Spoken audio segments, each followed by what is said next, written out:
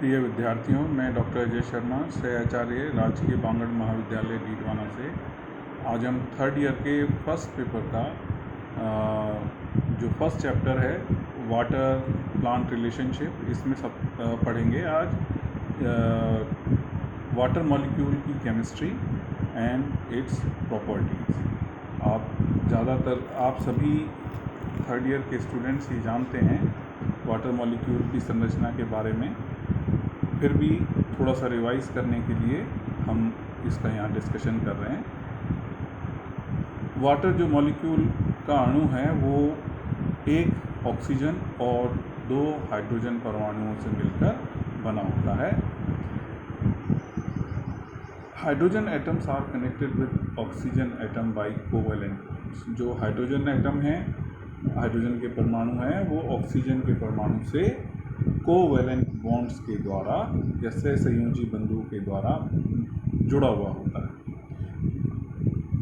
इस बॉन्ड में जो ऑक्सीजन परमाणु है वो इलेक्ट्रॉन्स को हाइड्रोजन परमाणु के कंपैरिजन में या के कंपैरिजन में ज़्यादा इलेक्ट्रॉन्स को अपने तरफ आकर्षित करता है। The shared electrons are therefore nearer to one oxygen. तो जो भी जो है इलेक्ट्रॉन्स शेयर किए जाते हैं वो ऑक्सीजन एटम या ऑक्सीजन परमाणु के ज़्यादा नज़दीक होते हैं। 2 हाइड्रोजन परमाणुओं के बीच का जो एंगल है वो 180 ना होकर वाटर मॉलिक्यूल के अंदर 105 डिग्री का होता है। ठीक है, अब आगे देखें तो जो ऑक्सीजन का एंड है वाटर मॉलिक्यूल का वो नेगेटिवली चार्ज होता है, जबकि जो हाइड्रोजन एंड है वो पॉजिटिवली चार्ज होता है। इसी अपनी संरचना के कारण जो वाटर मॉलिक्यूल्स हैं वो किसी भी नॉन इलेक्ट्रोलाइट के चारों ओर एक वाटर शेल का निर्माण करने की क्षमता रखते हैं। Such a molecule with one positive and other negative end is said to be polar. ऐसे मॉलिक्यूल्स या ऐसे अणु जिनमें पॉजिटिव और नेगेटिव एंड्स होते हैं उनको पोलर कहलाते हैं या पोलर कहते हैं या ध्रुवीय कहते हैं। इस प्रकार जो जल का ये अणु है वो एक डाईपोलर के रूप में कार्य करता है। इस किसी भी अणु का जो it also causes positive side of one water molecule to be attracted to the negative side of the another molecule. इस पोलैरिटी के कारण ही जो किसी भी मॉलिक्यूल की पॉजिटिव साइड है वो नेगेटिव साइड को अपनी तरफ आकर्षित करती है। The form in this way is called a hydrogen bond. इस प्रकार जो बॉन्ड बना ये हाइड्रोजन बॉन्ड कहलाता है। Compare to ionic and covalent bonds, hydrogen bonds are weak bonds. Ionic और सहसंयोजी बंधों के कंपैरिजन में जो ये हाइड्रोजन बॉन्ड है ये बहुत ही कमज़ोर होता है, वीक बॉन्ड होता है। और जो डिफरेंट गुण हैं, यूनिक गुण हैं जल मॉलिक्यूल के, वो इसी हाइड्रोजन बॉन्ड के कारण होते हैं। अभी आप संरचना देख रहे हैं, ये वाटर मॉलिक्यूल की संरचना है जिसमें इंटरमॉलिक्यूलर हाइड्रोजन ऑक्सीजन बॉन्ड है 105 डिग्री के एंगल पर, और ऑक्सीजन पर नेगेटिव चार्ज है और दोनों हाइड्रोजन्स पर पॉजिटिव चार्ज होता है। लेकिन जो ऑक्सीजन है उसके अंदर 6 इलेक्ट्रॉन्स होते हैं उसके आउटर ऑर्बिट में, जबकि हाइड्रोजन जो है उसमें केवल 1 इलेक्ट्रॉन होता है। इसलिए नेगेटिविटी थोड़ी सी ज़्यादा होती है वाटर मॉलिक्यूल्स की। जो इलेक्ट्रॉन्स होते हैं वो वाटर मॉलिक्यूल्स के ऊपर ऑक्सीजन के ऊपर ज़्यादा पाए जाते हैं। जल की केमिकल स्ट्रक्चर के बाद हम पढ़ेंगे प्रॉपर्टीज़ ऑफ वाटर। इसमें सबसे पहले है water as an excellent solvent. जल एक बहुत ही अच्छा विलायक होता है। जल एक ऐसा कॉमन लिक्विड है जिसके अंदर सबसे ज़्यादा पदार्थ अपने अंदर घोल लेने की क्षमता होती है। ये क्षमता इसकी मुख्यतः इसका हाईएस्ट डाई इलेक्ट्रिक कांस्टेंट होने के कारण।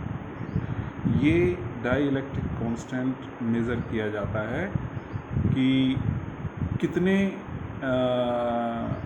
इलेक्ट्रिकल चार्जेस को ये अपनी तरफ अट्रैक्ट करके न्यूट्रलाइज कर देता है, उदासीन कर देता है। Because of this property, water molecules are capable of dissolving many polar substances. अपनी इसी गुण के कारण जल के अणुओं में बहुत अधिक जो पोलर सब्सटेंसेस होते हैं उनको डिसॉल्व करने की, घोलने की क्षमता होती है। जो पॉजिटिव साइड है वाटर मॉलिक्यूल की, यानी कि जो हाइड्रोजन वाला हिस्सा है, वो नेगेटिव आयन को अपनी तरफ अट्रैक्ट करता है, और जो नेगेटिव साइड है वो पॉजिटिव आयंस को अपनी तरफ अट्रैक्ट करती है। इस प्रकार जल का जो अणु है वो आयंस के चारों ओर एक शेल या कवरिंग बना लेता है, that the ions are often unable to unite with each other, जिसके कारण बाकी जो अणु हैं वो आपस में नहीं मिल पाते हैं और प्रेसिपिटेट अवक्षेपित या क्रिस्टलाइज हो जाते हैं। This can be shown in common salt where the ions of sodium and chloride are held by strong ionic bonds. इसको हम आसानी से, जो हमारा साधारण नमक है कैल्शियम सोडियम क्लोराइड, उसके अंदर इस प्रॉपर्टी को बहुत आसानी से देख सकते हैं। जो साल्ट है कॉमन हमारा, उसमें सोडियम और क्लोराइड बहुत ही स्ट्रॉन्ग आयोनिक बॉन्ड्स के द्वारा जुड़े होते हैं, और इनको आयंस को एक दूसरे से अलग करने के लिए बहुत ही कंसीडरेबल अमाउंट में ऊर्जा या एनर्जी की आवश्यकता होती है। लेकिन जब हम इस सोडियम क्लोराइड को वाटर में डिसॉल्व करते हैं तो एक strong electrical attraction water molecules, जो पोलर वाटर मॉलिक्यूल है उसके अंदर तथा सोडियम क्लोराइड आयंस के अंदर बनता है, जिसके कारण result in the formation of stable dissociated sodium and calcium ions. जिस strong electrical attraction in water molecules और जो सोडियम क्लोराइड के मॉलिक्यूल्स हैं उनके अंदर बनता है, आकर्षण जो होता है, उसके कारण एक स्टेबल सोडियम और क्लोराइड आयंस का डिसोसिएशन होता है, यानी कि वो ब्रेक हो जाते हैं और टूटे रहते हैं। जल में जो है नमक वो घुला रहता है। आप साधारण सी भाषा में समझें तो जल में नमक इसीलिए आसानी से घुलता है क्योंकि वो दोबारा से इतना attraction in polar molecules, water molecules और सोडियम क्लोराइड आयंस के बीच में होता है कि वो दोबारा से उनको जुड़ने नहीं देते हैं। इसीलिए जो नॉन पोलर सॉल्यूशंस होते हैं, सब्सटेंसेस होते हैं, जैसे the non polar substances are usually insoluble in water, जो कि जल में आसानी से नहीं घुलते हैं, वो सामान्यतः हम मान सकते हैं कि वो जो सब्सटेंस या पदार्थ है वो नॉन पोलर है। नॉन पोलर होने के लिए कारण वो जल में घुलनशील नहीं होता है। ऐसे पदार्थों को, ऐसे सब्सटेंसेस को हम हाइड्रोफोबिक सब्सटेंसेस कहते हैं। हाइड्रोफिलिक और हाइड्रोफोबिक। जल हाइड्रोफिलिक हो गया जो जल सहयोगी है, यानी कि जल से डिज़ोल्व हो जाता है। हाइड्रोफोबिक जल से भागने वाला, जो जल से डिज़ोल्व नहीं हो पाता है, जल से दूर रहने की प्रॉपर्टी रहता है, या उसमें डिज़ोल्व नहीं होता है, इसको हाइड्रोफोबिक कहते हैं। दूसरा जो प्रॉपर्टी है वो जल की है लिक्विड एट रूम टेम्परेचर, यानी कि जल जो है रूम के सामान्य तापमान पर लिक्विड होता है। हम जानते हैं कि जो जल है उसका मॉलिक्यूलर वेट, आणविक जो वेट है वो 18 होता है। इसके बाद भी ये रूम टेम्परेचर पर लिक्विड फॉर्म में पाया जाता है, जबकि कुछ पदार्थ जैसे methane, ethane, propane, butane, carbon dioxide, जो कि ऑल गैसेस होती हैं, रूम टेम्परेचर के ऊपर, जबकि इनका मॉलिक्यूलर वेट हाई होता है, उसके भी बावजूद ये रूम पर लिक्विड फॉर्म में ना होकर गैसियस फॉर्म में पाई जाती हैं। जैसे मीथेन का हम देखें 16 है, इथेन का मॉलिक्यूलर वेट 30 है, प्रोपेन का मॉलिक्यूलर वेट या आणविक जो भार है वो 44 है, ब्यूटेन का 58 है, कार्बन डाइऑक्साइड का 44 होता है। इसके बाद भी ये रूम टेम्परेचर पर द्रव के गैस के रूप में पाई जाती हैं। इस the explanation for this difference is the hydrogen bonds provide a disproportionately high attractive force among the water molecules। इसका जो हम अगर इसको समझाएंगे तो समझा पाएंगे कि जो हाइड्रोजन बॉन्ड्स के अंदर जो हाई आकर्षण बल होता है वाटर मॉलिक्यूल्स में, वो इनके सेपरेशन को मतलब रोकता है, यानी कि वाटर मॉलिक्यूल के डिसोसिएशन को या टूटने को रोकता है, जिसके कारण ये लिक्विड फॉर्म से वेपर में आसानी से कन्वर्ट नहीं हो पाता है। और इसीलिए जो जल है वो नॉर्मल रूम टेम्परेचर पर लिक्विड फॉर्म में पाया जाता है। यानी कि हम नट शेल में समझें तो ऐसा है कि जो हाइड्रोजन बॉन्ड्स हैं वो आपस में इतने आकर्षक बल से बंधे हुए होते हैं कि उनको नॉर्मली आसानी से तोड़ा नहीं जा सकता है। ना तोड़ने के कारण ही ये वाटर मॉलिक्यूल्स जलीय तरल अवस्था में या लिक्विड फॉर्म में पाए जाते हैं, वेपर्स या गैसियस फॉर्म में कन्वर्ट नहीं होते। तीसरी प्रॉपर्टी हम देखें जल की, that is cohesive and adhesive force. आसंजन एंड ससंजन बल आपने पढ़े हैं। तो जो वाटर है इसके अंदर दोनों ही प्रॉपर्टीज़ पाई जाती हैं, कोहेसिव की और एडहेसिव की। संसंजन और आसंजन दोनों प्रकार के बल पाए जाते हैं। कोहेसिव फोर्स क्या है? जो कि holding together of like substance, that is 2 और more water molecules. Cohesive force क्या है? जिसमें समान प्रकार के जो मॉलिक्यूल्स हैं उनको उनके बीच में जो बल पाया जाता है वो कोहेसिव फोर्स होता है। जैसे कि जो वाटर के 2 या 3 मॉलिक्यूल्स हैं वो आपस में इसी कोहेसिव फोर्स के कारण एक दूसरे से जुड़े होते हैं। इसी कोहेसिव फोर्स के कारण जो जल का मॉलिक्यूल है उसमें पृष्ठीय तनाव या सरफेस टेंशन पाया जाता है। The molecule surface of liquid are continually being pulled into the liquid by the cohesive force at the surface area. This causes the water drop to be spherical. इसी surface tension के कारण जो water molecule है, इसी cohesive force के कारण एक जो इसकी सरफेस एरिया पर मौजूद है उसके कारण ही जो जल की बूंद है या ड्रॉप है वो गोल आकार की होती है, स्फेरिकल होती है। एडहेसिव फोर्स क्या है? एडहेसिव फोर्स वो बल है जो कि 2 विपरीत प्रकार के अणुओं के बीच में पाया जाता है। इसी पोलर नेचर के कारण जो water molecule is attracted to many other substances, that is protein molecules and cell wall polysaccharides. जो ये दोनों बल हैं, जो एडिशन आ गया, ये एडिशन बल जो है इसी के कारण, यानी कि जो 2 विपरीत मॉलिक्यूल हैं, तो प्रोटीन मॉलिक्यूल्स जो सेल वॉल के हैं और पॉलीसेकेराइड्स हैं वो इस जल के मॉलिक्यूल के आकर्षण के कारण उससे जुड़े रहते हैं। और जो पौधों के अंदर जो ट्रांसलोकेशन होता है वाटर मॉलिक्यूल्स का from roots to higher parts of the plants या लीव्स तक होता है, वो इन्हीं दोनों बलों के कारण होता है।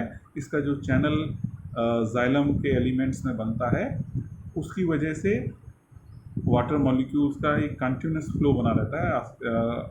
कोहेसिव फोर्स के कारण वाटर मॉलिक्यूल्स आपस में जुड़े रहते हैं और एडहेसिव फोर्स के कारण ये वाटर मॉलिक्यूल्स जाइलम की वॉल से जुड़े रहते हैं, जो कि प्रोटीन और पॉलीसेकेराइड की बनी हुई होती है।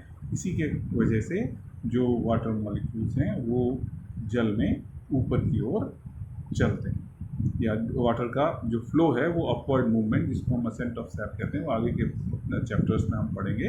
वो इसी दोनों बलों के कारण होता है। यही बेस्ट पॉसिबल थ्योरी मानी जाती है वाटर के ट्रांसलोकेशन की। इसके बाद नेक्स्ट जो प्रॉपर्टी आती है जल की, that is high specific heat, उच्च विशिष्ट ऊष्मा। जो स्पेसिफिक हीट क्या है? जो heat required the rise of temperature of 1 gram of water bye 1 degree centigrade. जल के 1 ग्राम में उसका टेम्परेचर 1 डिग्री सेंटीग्रेड बढ़ाने के लिए जो ऊष्मा की आवश्यकता होती है वो उसकी स्पेसिफिक हीट कहलाती है। जो जल की स्पेसिफिक हीट है, विशिष्ट ऊष्मा है, वो हाई होती है और इसका कारण होता है उसके अंदर पाए जाने वाले हाइड्रोजन बॉन्ड्स। किसी भी पदार्थ की the temperature of any substance can be raised when heat energy is added to make its molecules move faster to increase the kinetic energy of molecules. जब हम किसी भी पदार्थ का या सब्सटेंस का टेम्परेचर बढ़ाते हैं तो उसके लिए हमको टेम्परेचर बढ़ाने के लिए हीट एनर्जी यूज़ करनी पड़ती है, ऐड करनी पड़ती है। इस हीट एनर्जी के कारण उसके जो मॉलिक्यूल्स हैं उनकी काइनेटिक एनर्जी या गतिज ऊर्जा बढ़ जाती है और वो मॉलिक्यूल्स बहुत तेज़ी से उस पदार्थ के अंदर मूव करने लगते हैं, जिससे उसका ताप लगातार बढ़ता जाता है।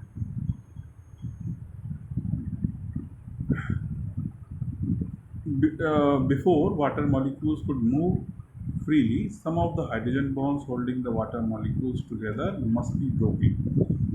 जल का तापमान बढ़ाने के लिए और उसके जो मॉलिक्यूल्स हैं उनको फ्रीली घूमने के लिए, मूवमेंट के लिए हमको कुछ वाटर मॉलिक्यूल्स के हाइड्रोजन बॉन्ड्स को तोड़ना पड़ता है। Thus, a lot of heat energy given to water is utilized in breaking the some of the hydrogen bonds holding the water molecules.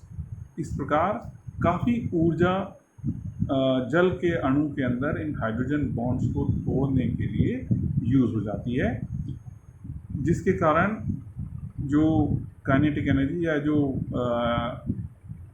Temperature हम बढ़ाना चाह रहे हैं उसके लिए काफ़ी ऊर्जा की हमको आवश्यकता होती है, क्योंकि इस ऊर्जा को बढ़ाने के साथ वाटर के मॉलिक्यूल्स का मूवमेंट बढ़ाने के लिए हमको उसको हीट देनी होती है और इस हीट देने पर कुछ वाटर मॉलिक्यूल्स का जो हाइड्रोजन बॉन्ड है वो टूटता है। उस हाइड्रोजन बॉन्ड के टूटने के बाद उसका टेम्परेचर बढ़ता है। This property of water is helpful in minimising the temperature changing. इसीलिए जो ये हाइड्रोजन बॉन्ड्स नहीं टूट पाते हैं या इनको तोड़ना पड़ता है, इसीलिए वाटर की जो एक प्रॉपर्टी होती है कि इसमें बहुत आसानी से बहुत ज़्यादा ताप के संबंध में वेरिएशंस या टेम्परेचर वेरिएशंस या चेंजेस नहीं हो पाते हैं। The property of water is helpful in minimising the temperature changing. ये जो प्रॉपर्टी है कि उसके जो हाइड्रोजन बॉन्ड्स बंधे हैं अगर वो नहीं आसानी से टूटें तो इतनी आसानी से इसका टेम्परेचर या ताप का परिवर्तन नहीं होता है। नेक्स्ट प्रॉपर्टी है high boiling point. As mentioned above, there is a greater attraction between water molecules. जैसे कि हम पहले में भी पढ़ चुके हैं कि वाटर के मॉलिक्यूल्स में आपस में बहुत ही ज़्यादा आकर्षण होता है, आकर्षण बल होता है, अट्रैक्शन होता है। It therefore takes considerable heat to break the bonds responsible for this distraction. इस आकर्षण बल को तोड़ने के लिए काफ़ी हीट की आवश्यकता होती है। As such much heat is required to change it from liquid to gas. इसी प्रकार जो हाई एनर्जी जो हमने पिछले पॉइंट में पढ़ा था कि हाइड्रोजन बॉन्ड्स हैं, जब तक उनको नहीं तोड़ेंगे तब तक हम उसका टेम्परेचर नहीं बढ़ा पाते, मॉलिक्यूल्स फ्रीली नहीं घूम पाते। तो वाटर का टेम्परेचर बढ़ाने के लिए हमको बहुत एनर्जी की ज़रूरत होती है, इसीलिए इसका बॉइलिंग पॉइंट भी हाई होता है। तो काफ़ी मात्रा में एनर्जी की रिक्वायरमेंट होती है वाटर को लिक्विड से गैस में कन्वर्ट करना। नेक्स्ट जो प्रॉपर्टी है जल की, that is density. Maximum density of water is at 4 degree centigrade. जो घनत्व है जो सबसे अधिक होता है जल का, कितना होता है? 4 डिग्री सेंटीग्रेड के ऊपर होता है। इसी प्रॉपर्टी के कारण जो हमारे समुद्र हैं या झीलें हैं जल की, जहाँ पर टेम्परेचर बहुत लो हो जाता है, उनकी सतहों पर बर्फ़ भी जम जाती है, उसके बाद भी उसका जो नीचे का हिस्सा है, लोअर पोर्शन है झील का, समुद्र का, उसमें जलीय जीव जीवित रहते हैं। क्योंकि जो डेंसिटी है वाटर की वो 4 डिग्री सेंटीग्रेड पर मैक्सिमम होती है। तो जैसे ही टेम्परेचर लो होना शुरू होता है लोअर लेवल्स का और 4 डिग्री सेंटीग्रेड तक पहुंचता है, तो वो जल उस झील में या समुद्र में ऊपरी सतह की तरफ ट्रांसफ़र होने लगता है और ऊपर की सतह पर जाकर जम जाता है। लेकिन नीचे ज़ीरो तक टेम्परेचर नहीं पहुंच पाता है, जिसके कारण जो जलीय जीव हैं वो जल में, इन ठंडी झीलों में भी, झीलों के अंदर का जो पानी ना जमने के कारण वहाँ जीवित रहती हैं।